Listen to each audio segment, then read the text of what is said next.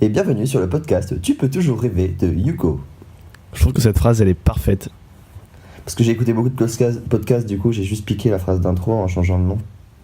Après tu peux dire la podcast qui parle de rien, mais du coup ça marche pas trop parce que nous on parle pas vraiment de grand chose donc... C'est vrai. Ça va ? Bah écoute, ça va, je viens de me réveiller, je risque de dire des conneries, mais c'est pas grave. C'est pas grave, moi aussi je viens de me réveiller. Mais Ouais. 1 heure plus tôt que toi du coup. Oui. On a l'impression vraiment qu'on est à côté, hein. C'est marrant, non ? Ouais, bah ouais, c'est plutôt confortable. Y a Ouais. pas de... Vas-y, parle. Ah, non, je... Passe. Tu disais ? Ouais, ça va. T'as des thèmes encore ? Ouais, j'en ai, ouais, t'inquiète. Moi, j'ai pensé à des trucs aussi, cette fois. Ah, sérieux ? Ah, je suis trop Ouais. content. Ah, ça veut dire que ça t'a un peu plu quand même, c'était cool. Je me suis dit que c'était mieux si j'avais des choses à dire. Non, je rigole. Allez, Non, vas-y, ouais, bien bah- sûr, ça m'a plu. Dis quelque chose si tu veux. Non, vas-y, commence. Parce que... je te dis que j'ai prévu une rubrique spectacle et exposition. Ah, mais on commence par ça, vas-y, que ça les gens ils restent. Sinon Vas-y. après les gens, là vu qu'on parle, ils vont pas rester maintenant. Ok, non, mais je voulais juste parler des trucs que j'avais vus parce que je suis allé voir une expo, un spectacle sympa avec mes parents. Voilà. Donc, Ah, vas-y, on est tout oui.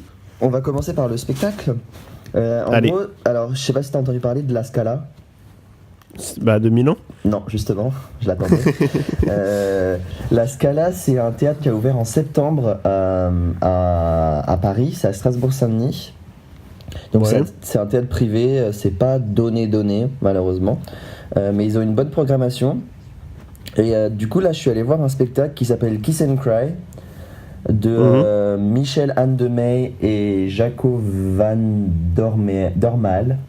Tu peux noter Ok. que ça je le lis parce que je m'en suis pas rappelé. Du coup, ça s'appelle Kiss and Cry. En fait, c'est un spectacle de mains. Voilà. Genre Non. c'est deux mains C'est à 4 chaque mains. fois ou c'est 4 mains. Enfin, c'est aujourd'hui. Enfin, c'est tous Ok. les jours. Mais c'est 4 mains. Voilà, comme ça c'est fait. On peut pas faire une autre blague. Non, en gros, ouais, c'est un spectacle de mains.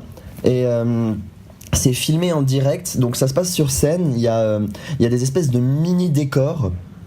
Genre, il y a une table avec dessus une petite maison en miniature avec une toute petite mamie assise sur un banc qui attend le train passer. Puis il y a des trains électriques qui, des fois, qui Shawan, t'es allé voir le Muppet Show. Dis-le nous. C'est pas très grave. En fait, c'est le magasin Lego de Châtelet. Non, vraiment pas. Et du coup, en fait, après, il y a une caméraman qui Ouais. filme de très près et c'est retransmis en direct sur l'écran derrière. Donc D'accord. c'est comme si tu voyais un film avec une histoire et une voix off sur un écran de cinéma. Mais faites en live devant toi. Mais fait en live devant toi, c'est-à-dire que sur scène, t'as tous les techniciens qui s'occupent du son, qui s'occupent du montage vidéo, donc qui en live font les fondus enchaînés et tout ça, parce qu'il y a peut-être 2 ou 3 caméras différentes selon les besoins. Ouais, c'est pas mal, hein. Ouais, c'est vraiment assez cool. En plus, c'est des mains, donc ça, t'as pas l'habitude de voir juste des mains faire des chorés ou faire jouer le rôle d'un homme, tu vois. Et, Ouais. il y a des super bonnes trouvailles et je trouve que ils arrivent à te surprendre presque tout le truc. Parce que tu peux te dire, bon, au bout de 10 minutes, j'ai compris, et puis après, je dois subir une heure de plus, quoi. Ouais. Et, Oh, bah, c'est cool. Et ouais. ça, tu peux prendre des places genre Alors, sur le site du théâtre. sur le site du théâtre, La Scala Paris, ou je pense ailleurs. Il y a des prix pour les demandeurs d'emploi, comme d'hab. Après, je Ouais. crois qu'il y a Comment des ça s'appelle le spectacle ? Kiss and Cry. Ah oui, tu l'as Et dit. ça, c'est jusqu'au 30 décembre, je crois. 31 décembre. Mais après, il y a un autre spectacle des mêmes chorégraphes, enfin du même collectif. Donc le même concept qui s'appelle Cold Blood. Ok. Et donc c'est le même type de spectacle avec les mains et tout ça. Mais c'est pas le même spectacle. D'accord. Donc c'est cool. si par exemple toi qui rentres le 31, si tu loupes ce spectacle-là, tu peux éventuellement aller voir l'autre. D'accord. Cold Blood. Cold Blood, voilà. Ouais, Très c'est stylé. intéressant. Ouais, c'est nice. Et après, je suis allé voir l'expo à la Scala. Non, pas du tout. L'expo au Palais de Tokyo. De Thomas Saraceno. Ça s'appelle On Air. Et je sais pas si t'en as entendu parler ou sûrement des gens en ont entendu parler. C'est le truc avec des toiles d'araignée. C'est-à-dire que le mec, il a fait cohabiter des araignées de. C'est pas toute l'expo, c'est pas que ça, parce que c'est vraiment une super grande expo qui prend tout le palais de Tokyo en fait. Il n'y a qu'une seule expo dans tout le palais de Tokyo, c'est de lui. C'est une carte blanche en fait, ils lui ont laissé faire ce qu'il voulait dans le palais de Tokyo. Et du coup, il y a une grande partie au début où c'est des araignées. Il a fait cohabiter des araignées de races différentes.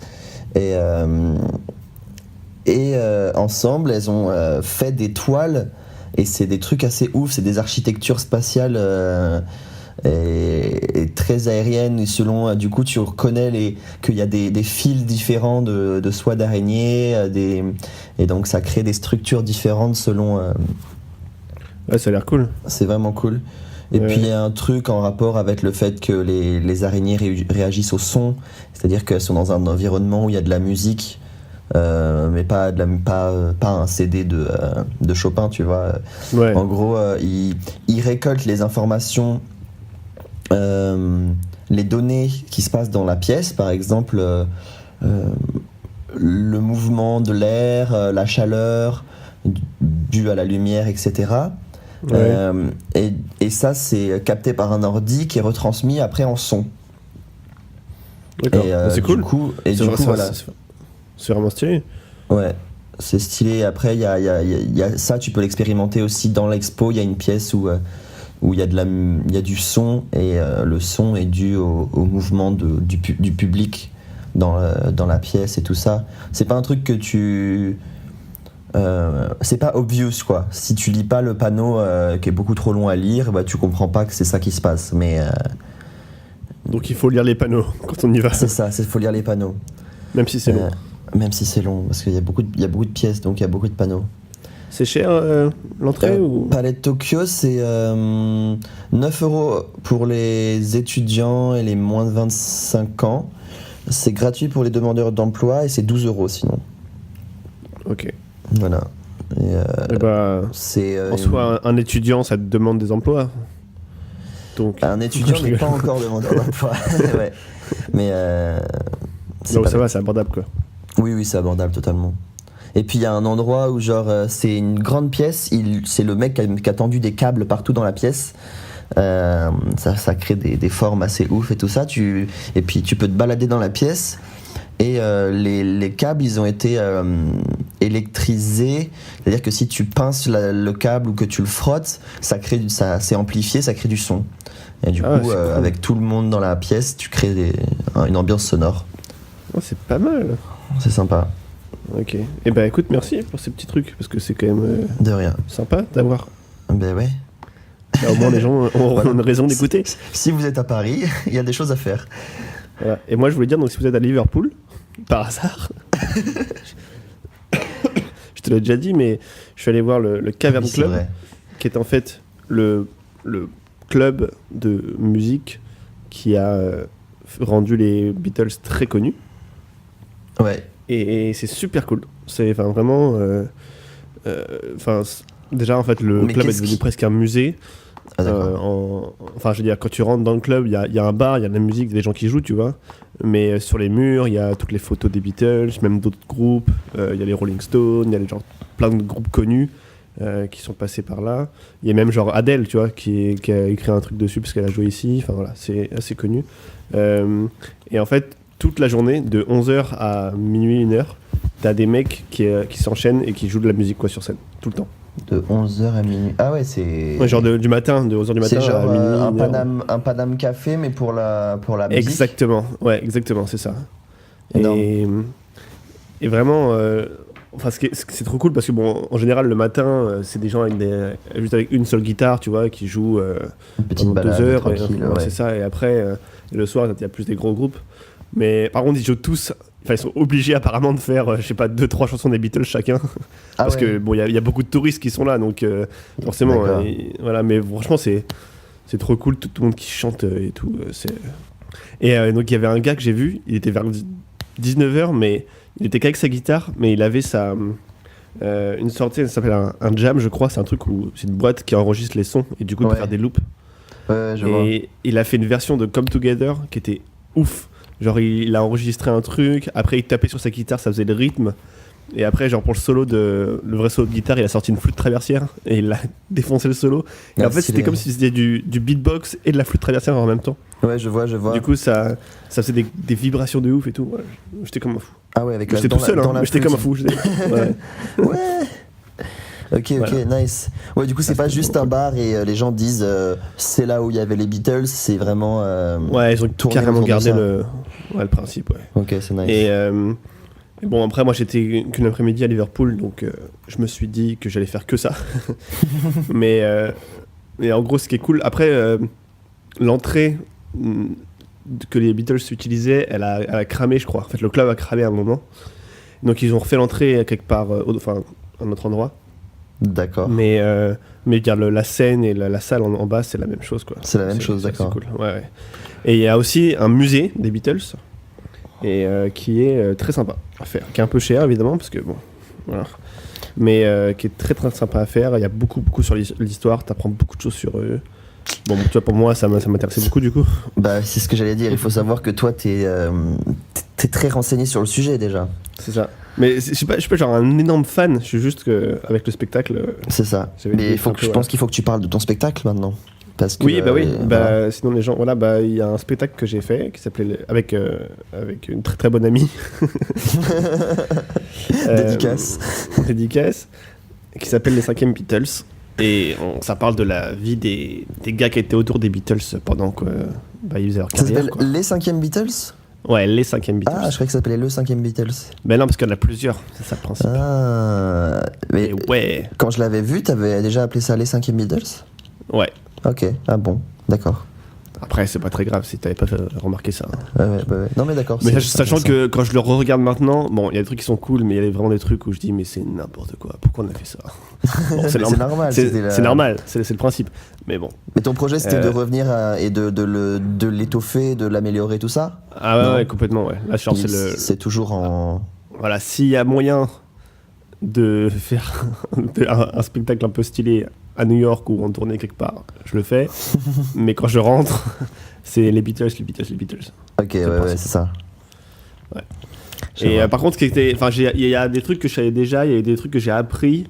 Le seul truc, c'est qu'il y a très peu de choses sur leur séparation dans le musée. Vraiment, genre, c'est presque tabou, quoi. Il y a un petit panneau à la sortie, marqué Beatles Break Up et c'est tout. Et je me dis, c'est un musée quand même, les gars, enfin, c'est important. Et ils sont trop tristes, ils veulent pas remémorer ces souvenirs. Ouais, c'est un peu ça. Fans, Mais c'est. Ouais.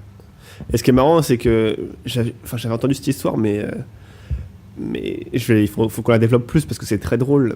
En gros, leur premier manager, il s'appelait Alan Wright. Et en gros, le mec était propriétaire de 2 clubs de musique. Il allait en ouvrir un 3e. Et en fait, les Beatles lui demandaient plus de commissions et tout. Et il les faisait chier. Donc il a dit, bon, écoutez les gars, moi j'ai des clubs de musique, j'ai pas besoin de vous. Barrez-vous, je vous représente plus, quoi. Et le mec, c'est la plus grosse erreur de sa vie, quoi. Bah de ouf. C'est ouf. Genre, j'ai peut-être pas choisi le meilleur truc.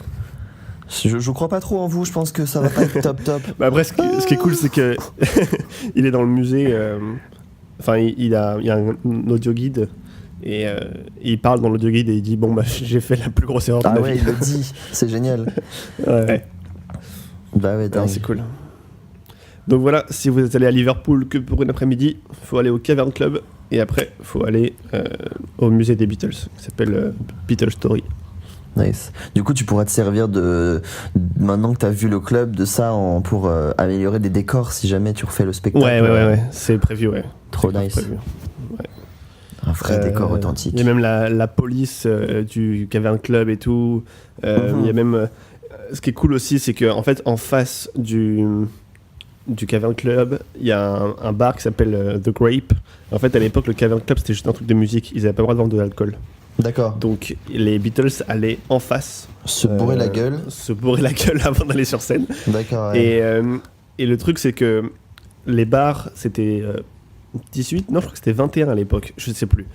Mais en gros... On parle de l'âge, là. De l'âge, ouais.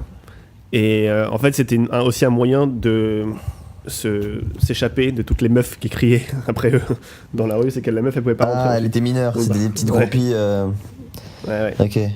Ils faisaient du Big Flo et Oli en fait à l'époque, c'était la musique. Ils faisaient du Big Flo et Oli, les gars, c'est vrai. Maintenant, oh là là, c'est horrible ce que je viens de dire. Bon, alors, c'est différent, ouais, voilà, mais. Voilà. Bon, voilà, et j'ai un petit autre truc à faire, à dire encore, mais là, ça n'a rien à voir. Mais je pourrais le raconter parce que c'est un peu marrant.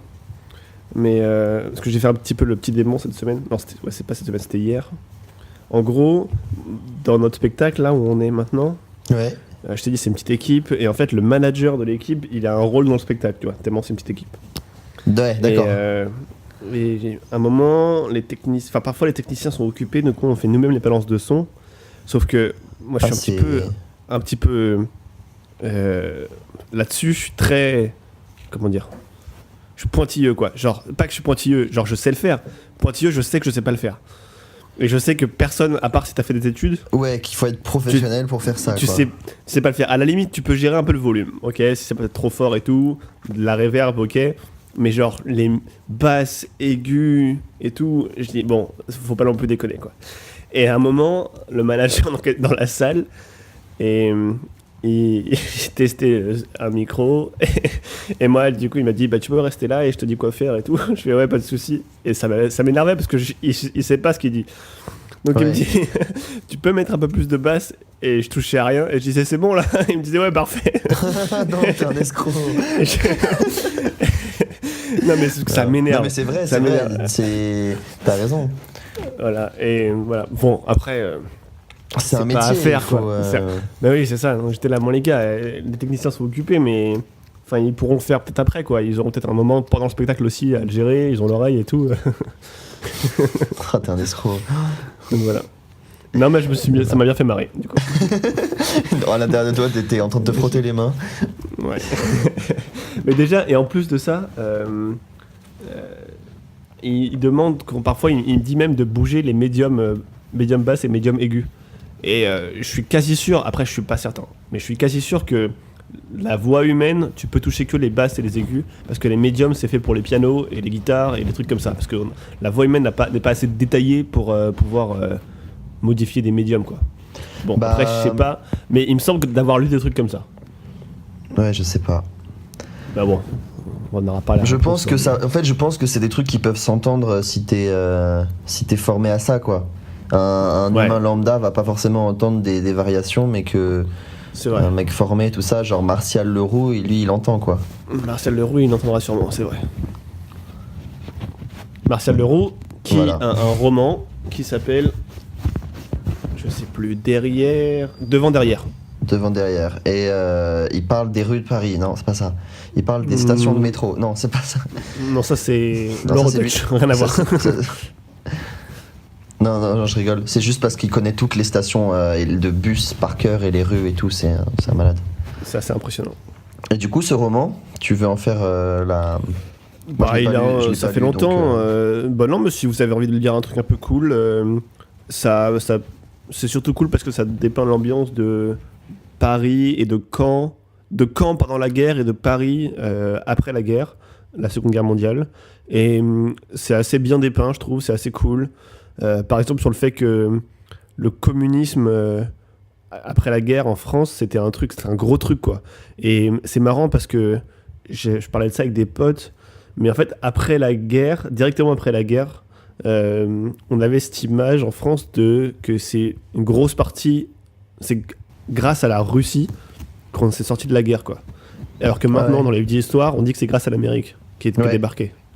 Et donc, c'est marrant de voir un peu les... Genre à la mort de Staline, des gens pleuraient dans la rue, quoi. Ah ouais, d'accord. Alors que bon, c'était pas c'est pas ce qu'on a appris, quoi. C'était pas un mec avec qui tu voulais faire le barbecue, quoi. Non. Voilà, ouais. Ouais, ça dépend parfois un peu ce que t'as appris. Ouais, c'est ouf. Ouais. D'accord. Bon, voilà. Merci. J'ai un autre petit truc aussi, ça n'a rien à voir, j'ai décidé de supprimer Facebook de mon téléphone. Oh, oui, d'accord. Parce que j'en avais marre. Enfin, j'en avais pas marre, mais je voyais vraiment... Genre, tu sais, je trouvais que c'était une addiction. Ouais, c'est clair. Et genre, je me disais, mais non, c'est pas de l'addiction parce que j'arrête quand je veux. Et je me suis dit que les mecs qui disent j'arrête quand je veux, n'arrête jamais. C'est une addiction. De ouf, c'est totalement. Donc je l'ai enlevé. Après, bon, c'est toujours sur mon. Genre, je suis pas comme des gens qui suppriment tout, quoi. Je pourrais pas, je pense. Mais. Bah, quand même, c'est utile, hein. Ouais, j'avoue, c'est utile, mais parfois je me dis, est-ce que c'est vraiment utile? Bah, tu vas voir, tu pourras nous faire un compte rendu dans 2 semaines. C'est vrai. Mais remarque, bon, en soi, bon, là, j'ai sur mon ordinateur, quoi. Besoin. Ouais, non, c'est ça. Parce que ça reste. Tu t'as quand même gardé Facebook, quoi. Tu l'as pas supprimé. C'est juste que c'est. Il faut. J'ai plus de choses à faire pour y aller, quoi. Il faut que je joue mon ordi, que je l'allume. C'est ça. Et tout ça. Et ça va me ralentir un peu. Mais ce qui est cool, c'est que du coup, maintenant, quand je l'ouvre, j'ai 16 notifications. Et je me sens important. Alors qu'avant, t'en avais une toutes les fois où tu déverrouillais ton portable. Là, ouais, c'est ça. Ouais, moi j'ai désactivé les notifications de. Tu sais que tu reçois sur l'écran de verrouillage et tout ça. Ouais. Mais même pour les messages, etc. Enfin, sauf le message de message ou de WhatsApp. Ouais. Parce que je me dis que si quelqu'un veut m'écrire, bah il m'écrira par ça, ce sera les trucs importants. Et après Instagram, Facebook et tout ça, je me dis que si on m'écrit par là, c'est moins important. Donc c'est sûr. Je le vois pas sur l'écran de verrouillage. Du coup, j'ai fait vraiment comme c'était une addiction à la clope. J'ai remplacé l'endroit où il y avait marqué Facebook sur mon téléphone par l'application Science et Avenir. Et du coup, quand je sais pas quoi faire, je vais sur Science et Avenir, je lis des trucs. Bah, c'est bien, ça peut être intéressant. Ouais. T'as trouvé des trucs intéressants? Ouais, il y a des trucs cool. Bah, surtout que, en ce moment, il y a un robot qui a atterri sur Mars. Et c'est marrant de voir de ce qui se passe et tout, suivre un peu. Je me dis que c'est mieux que voir des photos de palmiers, des gens qui sont au soleil. Ouais, alors que nous on se les caille. C'est ça. Ouais. Et pour Instagram, au début je l'ai laissé au même endroit, je me dis non mais Instagram quand même, il n'y a pas sur ordi donc il faut que je le garde et tout. Et pareil, j'essayais de me ralentir, je me disais vraiment comme des clopes, quoi. Je me disais bon, t'as droit à 3 stories par jour, pas de story le matin et tout. Ouais, mais c'est vrai qu'en plus tu deviens vite à regarder une story, puis en fait ça découle sur une autre, et en fait t'as regardé un film d'1h30 sans t'en rendre compte, quoi. Ouais, c'est ça, ouais. Et donc je l'ai caché dans mon portable, je l'ai mis super loin. Tu sais, genre j'ai créé 5 ou 6 pages où je dois aller sur le côté à gauche pour aller chercher Instagram. Du coup, genre j'ai 5 glissements vers la gauche pour culpabiliser. T'es un ouf. Après, je sais pas si ça va marcher, hein. Ouais, si tu veux juste, ça va te saouler. Ou alors même pas, parce que tu vas faire sans réfléchir, parce que le doigt, c'est quand même un outil assez pratique du corps humain. C'est bien foutu le doigt. Sans allusion. Ouais. Voilà, je sais plus. Ouais, je suis pas très concentré, je suis désolé. Est-ce qu'on n'essaierait pas d'appeler Joël? Tu penses qu'il est réveillé? Franchement, au pire, on le réveille. Au pire, on le réveille, vas-y. Parce qu'il me répond pas. Ok. Attends, mais moi, je veux dire un truc. J'ai commencé à m'intéresser à... je suis tombé sur... Tu connais Fabien Olicard? Ouais, bien sûr. Du coup, j'ai commencé à regarder ses vidéos. Donc, c'est un mentaliste. Ouais. Tout ça, et ce qui est bien, c'est que lui, il explique un peu comment il fait, etc. Et donc, j'ai découvert le truc du... J'ai découvert un peu plus en profondeur le truc du langage corporel, les non-dits, les micro-expressions et tout ça. Ouais. Et il parle de la personne qui a fait les découvertes de ça, qui s'appelle Paul Ekman. Ouais. Y a un documentaire Arte sur YouTube, et puis il y a un autre film, tout ça, qui dépeint. Et c'est archi intéressant, quoi, de voir... de voir et de comprendre en fait tous ces trucs là qui sont partout autour de nous. Et moi j'ai l'impression en fait que j'étais totalement à la ramasse, que genre j'observe pas les gens, et là je me dis en fait putain c'est ouf tout ce que tu peux savoir à la posture ou au visage, quoi. Ah, c'est ouf. Vas-y, comment ça s'appelle sur Arte? T'as dit Paul Ekman? Paul Ekman. Ok. Enfin, sur YouTube. Ouais, sur YouTube. Et en fait, du coup, lui, c'est un psychologue. En fait, il a commencé à faire des recherches là-dessus. Il est parti voir des ethnies en Afrique, en Asie et tout ça, pour étudier les émotions humaines et pour voir si en fait c'était juste aussi pas une construction sociale et culturelle, mais en fait, il a découvert que c'est les émotions que tu ressens, tout le monde les exprime de la même façon sur son visage.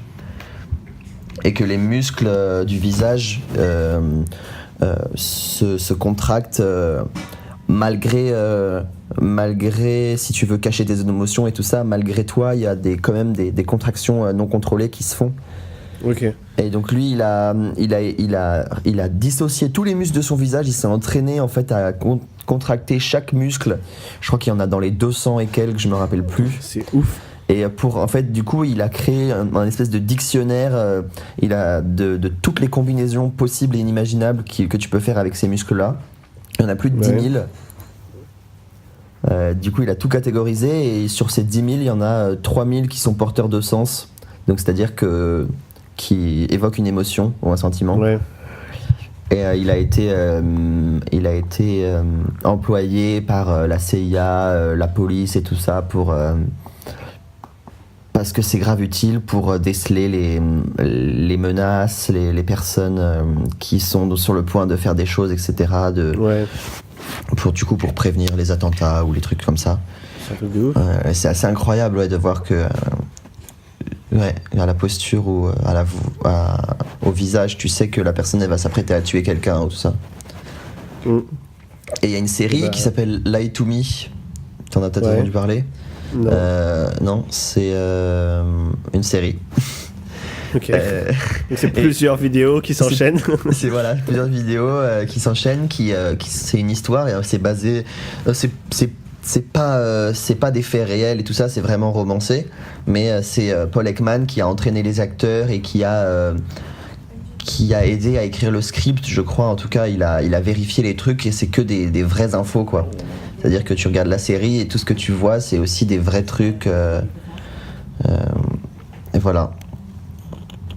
Ok. Bah c'est cool. Ça a l'air de t'intéresser de ouf. Ouais. Ça m'intéresse de ouf, c'est juste qu'on m'a parlé entre temps, mais je t'ai écouté en même temps. J'ai bien ce que je me disais, j'ai entendu une voix derrière. Ouais, et elle comprend pas que j'ai un micro devant la bouche et que je suis au téléphone. Elle m'a quand même parlé, bon c'est pas.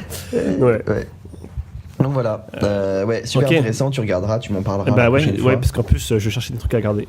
Genre des trucs constructifs. C'est ça. Donc là, je regardais Martin Luther King, bon tu vois. Voilà, pourquoi pas. Paul Ekman, il y a le documentaire et il y a un autre documentaire, je te le retrouverai, je t'enverrai. Ou alors c'est. Ok. Et là, il parle un peu de Paul Ekman, mais il parle surtout du langage corporel dans la politique et tout ça. Ok. Ça, c'est ouf. Et il décrypte des choses qui se sont passées, etc. Et par rapport à Fabien Olicard, du coup, c'est lui il en parle aussi, enfin, genre, il en parle, ouais. C'est via lui que je suis tombé sur Paul Ekman parce qu'il parle des micro-expressions et tout ça, et du coup c'est lui qui dit, c'est lui qui a découvert ça, donc je me suis dit voilà quoi, je vais voir.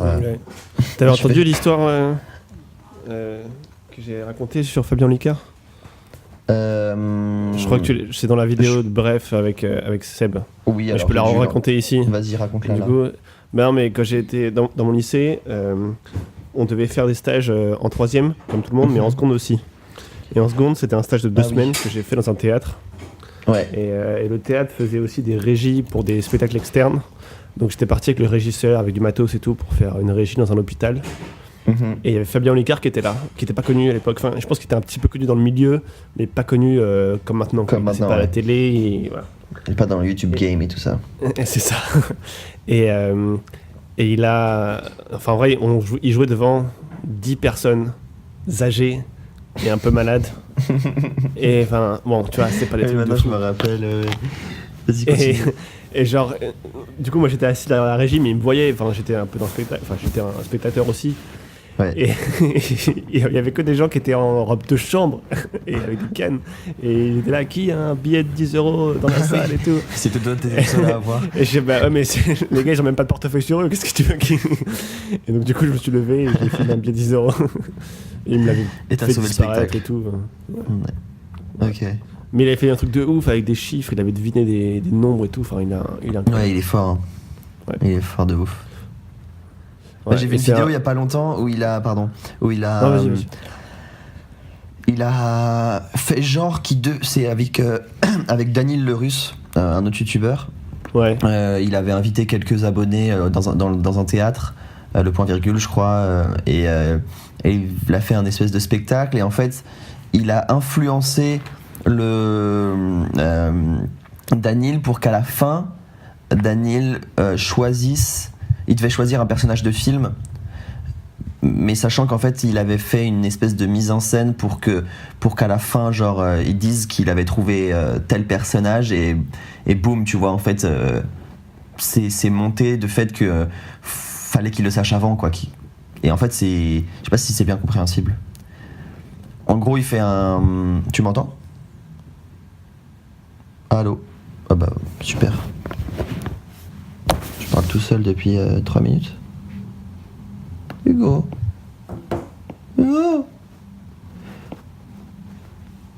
Hugo, t'es où? Bon, on va attendre. Ah bah il a disparu. Ok. Que pensez-vous de votre appel audio? Sur 5 étoiles. Alors il n'y a que de 1 à 5. Je peux pas mettre 0. Voilà. Bon bah je vais mettre 1. Envoyer. Il me rappelle. Envoyer. Connexion perdue. Et je réponds.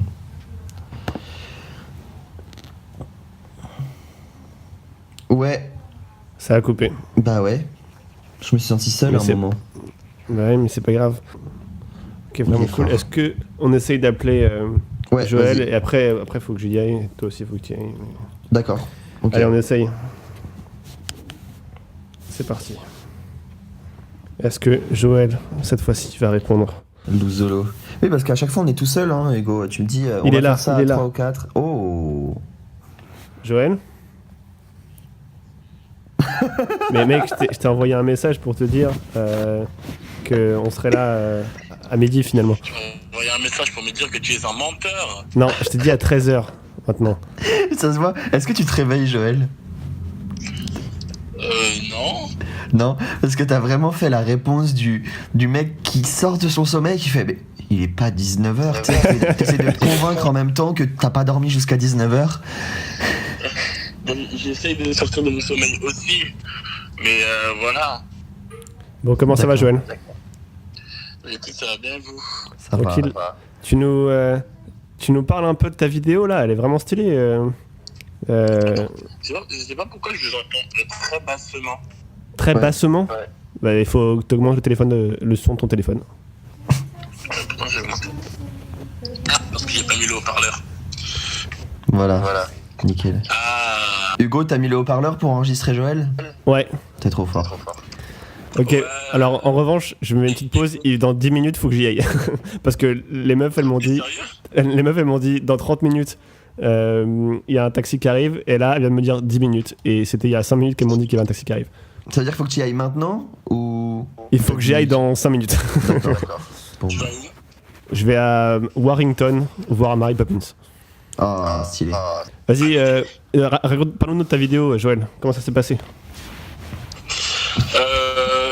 Ça s'est passé de manière très technique. Il a fallu tout calculer. Ça s'est très bien passé. Vous avez répété où? Parce que vous êtes beaucoup quand même. Ouais, on a répété au tout début. On a eu un studio. Malheureusement, je sais plus du tout où c'est. Alors, j'ai pu louer un premier studio assez grand et pas cher. C'était vraiment cool. Ouais. Et le deuxième aussi, pareil, assez grand et pas cher, mais je sais où c'est. C'est à Soho, à 100 Grand Street.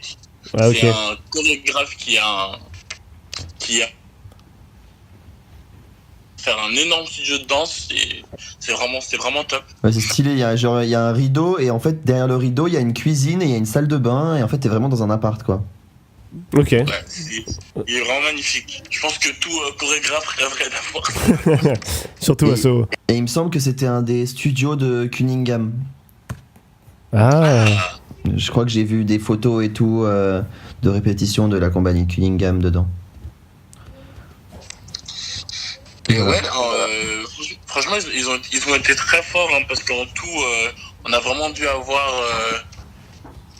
5 heures de répète, certains 2, et il a fait 2 ou 3. Et il a fait très très très froid le jour même, mais ils ont tout mangé, ils ont tout appris, et puis on a eu la chance d'avoir Kenichi qui enseigne il y a Peridance et PDC. Peridance, ouais. Peridance, pour nous filmer. Et, c'était vraiment agréable parce que ça faisait un moment que j'avais rien créé, enfin bon, depuis que j'étais à New York, et aussi de travailler avec des personnes que j'avais jamais travaillé, vraiment à part TJ. Il y a toute la France de New York qui est dans cette vidéo. Ouais, c'est fou. La France de New York qui était là, et en plus il manquait des gens. Ah ouais. Ouais. Ouais, il manquait on devait être plus de base, et il manquait des gens, mais au final on était à un très très très bon compte, c'était vraiment top. Et ouais, voilà, c'était top. On a fait ça en combien de temps? 4 heures de tournage? 4 heures, c'est ça? Ouais, 4 heures dans l'après-midi, ouais, de 16h à... De tournage pur, hein, sans repérage, je crois. Ouais, les repérages c'était le matin, on a fait les répètes dans la rue le matin, dans le froid aussi. Et l'après-midi, Kenichi qui est arrivé et on a vraiment enchaîné, quoi. Bim bam. Non, bah c'est mortel. En tout cas, ça rend trop bien. Hein. Il faudra mettre la vidéo en lien d'ailleurs. Ouais. Bien sûr. S'il y a des gens qui écoutent jusqu'à maintenant, parce que là, je pense qu'à ce stade de la vidéo, 70% des gens auront quitté. Ouais. Non, parce qu'on a parlé quand même de choses super intéressantes jusque maintenant, donc je trouve. Et du coup, maintenant, le sujet n'est plus intéressant. Non, justement, ça veut dire qu'ils ont tenu jusqu'à maintenant. Ok. Non, voilà. Franchement, c'était vraiment agréable et je suis vraiment content d'avoir fait ça. Ça a été compliqué, mais j'en ai de très bons retours de personnes qui ont vu la vidéo, même sans que je le sache, qui m'ont dit que ça rendait bien. Ouais, vraiment cool. En fait, ce qui m'impressionne, c'est que vous soyez beaucoup, quoi. C'est super chaud de coordonner plein de gens pour faire une vidéo. Ouais. Non, franchement, tout le monde a été... c'est bien, c'est agréable parce que tu dis que tout le monde a un certain niveau de professionnalisme tout de même, et que justement en 5 heures de répétition, 4 heures de tournage, tu peux monter des projets, faire des vidéos conséquentes, quoi. Donc je me dis, imagine si j'avais eu par exemple les 3 jours que j'ai eu pour faire ma première vidéo, ça aurait pu faire un truc encore plus ouf, quoi. Ouais, c'est sûr. Ouais, de toute façon, plus tu t'habitues à faire des choses, déjà, toi, tu deviens de plus en plus efficace en tant que chorégraphe, répétiteur et tout ça. En plus, si t'as une équipe qui te suit derrière, c'est clair, c'est cool. En plus que ce que je disais à Mireille Sherwan, parce que j'ai beaucoup été aidé de en chorégraphie, et Mireille Sherwan, on va dire, c'est un peu directeur artistique, on va dire, entre guillemets. Yes. C'est vraiment hyper agréable parce que naturellement, les personnes qui ont une sensibilité pour certaines choses, eh bien, ils viennent t'épauler, et de manière très très correcte et vraiment très bien pour t'aider, parce que dans ce moment-là, tu as vraiment beaucoup de choses à gérer, surtout dans la précipitation, et qui t'aident aussi à ouvrir les yeux sur certaines visions, certaines choses, et ce qui aide vraiment à avancer dans les projets. C'est vraiment agréable. Les gars, ouais, c'est est-ce que je peux vous laisser terminer? Et moi j'y vais. Vas-y, casse-toi, et puis vous finissez. Je fais la fin de... Ouais, tu peux le mettre en haut-parleur, Sherwan? Ah ouais, alors attends. Oui, je peux faire ça, Hugo, je m'en occupe. Ok, et bah les gars, finissez le podcast. Je suis très content de vous laisser le faire. Et je découvrirai quand je ferai le montage. Vas-y. Allez, Ok, bisous les gars. Vas-y, bisous. Attends, mais là, on n'est pas en direct sur quelque chose, là? Non, mais tu seras enregistré en tout cas. Vas-y, je vous laisse. Ciao. Vas-y, Hugo, bonne journée. Ciao. Oui, en fait, Joël, pour t'expliquer, on enregistre avec nos téléphones portables en même temps qu'on est en appel sur l'ordinateur. Tu m'entends? Oui. Et du coup, voilà, Hugo, ce qu'il fait, c'est qu'il te met en haut-parleur sur son ordinateur, comme ça il t'enregistre aussi. Ah d'accord, je pensais qu'il voulait un ordinateur justement pour mettre en live. Ouais, non. Et là, du coup, vu qu'il s'en va, c'est moi qui dois t'enregistrer. Et voilà. Et je te propose qu'on close cette podcast qui dure en fait déjà 40 minutes.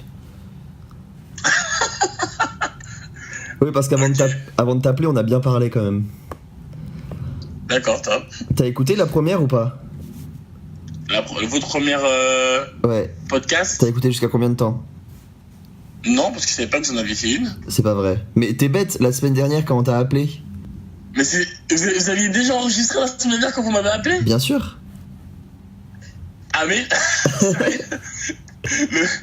après j'ai dit des conneries. Ça veut dire que à ton insu t'es dans une vidéo, dans un podcast sans le savoir. Arrête de mentir.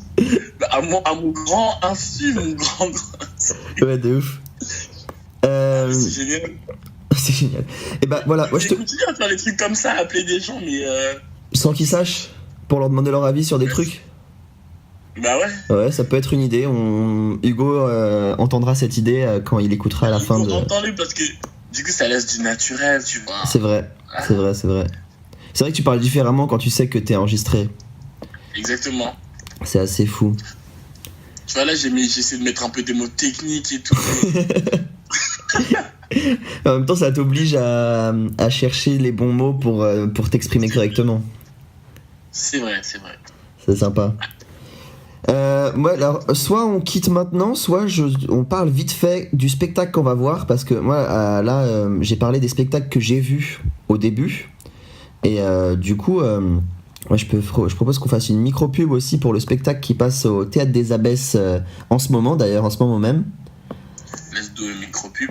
Alors, vas-y, commence. Je pense que vas-y commence parce que tu connais mieux le spectacle. Ouais, je sais, c'est pour ça que je t'ai demandé de commencer. Bon, en gros, on va aller voir. Vas-y. Je fais alors. En ce moment, au Théâtre des Abbesses, il y a un spectacle de Ophé Schechter, qui est un chorégraphe israélien basé à Londres. Et c'est le spectacle du jeune ballet, c'est-à-dire qu'il a pris des jeunes professionnels. Et qu'il a chorégraphié un spectacle. Ils sont déjà passés au Théâtre des Abbesses au début de l'année. Ils ont fait une tournée en Europe et là ils reviennent à Paris pour finir leur saison, jusqu'au 30 décembre au Théâtre des Abbesses. Et c'est un super spectacle. C'est vraiment de la danse pour tout le monde, je pense. Donc c'est facile à voir. Allez voir. Et voilà. Top. Ouais, je suis impatient de découvrir quand même. Yes. Et d'ailleurs, on va parler de ça aussi. On s'est donné un espèce de pas défi, mais c'est quoi ? Comment on peut appeler ça ? Une contrainte culturelle, on va dire. Non, c'est pas une contrainte. On va dire plutôt un programme de découverte. Un programme de découverte, ouais, ça se paraît bien. Ouais, c'est pas mal. Vas-y, explique. Alors le but, c'est d'aller au moins, je pense que c'est dit au moins tous les mois, c'est ça ? C'est ça, ouais. Avoir un spectacle régulier, aller voir tous les mois. Principalement de la danse, mais je pense que ça peut être ouvert au final. J'ai pensé pourquoi pas du théâtre ou autre. Ouais, voilà. Principalement de la danse pour pouvoir, je pense, principalement pour pouvoir, on va dire, aiguiser son goût, parce que cette discussion, elle est partie, c'est parti du fait d'une discussion qu'on a eu une nuit à New York, ouais, où on parlait du nu dans la danse. De la vision du nu dans la danse, et je parlais du fait que pour ma part j'avais eu beaucoup de mal, et c'était peut-être parce que justement j'avais pas vu assez de spectacles où c'était mis en scène de manière différente, ouais. Et du coup à travers ça on s'est dit que je voulais que Sherwan m'emmène voir des pièces. Non, il fallait qu'on aille voir des spectacles pour se. Qu'on aille voir. Mais parce que je dis, toi, parce que t'en avais déjà vu, et pas moi. Ouais. Mais du coup, il fallait qu'on aille voir, pas juste spécialement ça, mais. Ouais. Plusieurs types de spectacles, justement, pour pouvoir se nourrir et avoir des avis différents sur. Des choses différentes, exactement. Des choses qu'on n'a pas l'habitude de voir aussi. Exactement. Et puis ça permet aussi de savoir en soi ce qui se fait dans la danse en ce moment, quoi, de rester au goût du jour. Exactement. Ça se trouve. C'est vrai parce que des fois, on devient très vite, souvent sous-informé en ne faisant exactement ce qu'on fait d'habitude. On devient très vite sous-informé sur ce qui peut se passer, surtout quand on a des influences différentes. Ouais. Et on peut très vite s'enfermer. Donc, ouais, je pense que c'est important et c'est cool qu'on ait cette idée. Je suis d'accord. Et bah ouais. Voilà, et je me disais aussi, si on n'a pas le temps de voir un spectacle, il y a Expo aussi, ça peut permettre de se nourrir culturellement, artistiquement. Voilà. C'est vrai. Surtout à Paris, ça fuse quand même. Ça fuse, il y a beaucoup de choses. C'est clair. C'est clair. Donc voilà, si vous voulez nous rejoindre. Non, ouais, j'ai failli dire ça, mais non, en vrai, pensez-y, allez voir des spectacles, cultivez-vous, c'est important. Exactement. C'est important. Voilà. Faites-vous du bien à l'esprit. Yes, bon. Et bien sur ce, je clôt l'enregistrement. Je sais pas s'il y a des choses à dire du style mettez un commentaire, mettez un pouce en l'air sur YouTube, mettez 5 étoiles si vous êtes sur un podcast, parlez-en autour de vous. Si vous écoutez jusque là, c'est un truc de ouf. Merci beaucoup et merci à Hugo pour cette idée. Exactement, merci à Hugo vraiment. Allez, bon bah voilà, je clôt cet enregistrement. 3, 2, 1. Allez. Mince. Bye bye.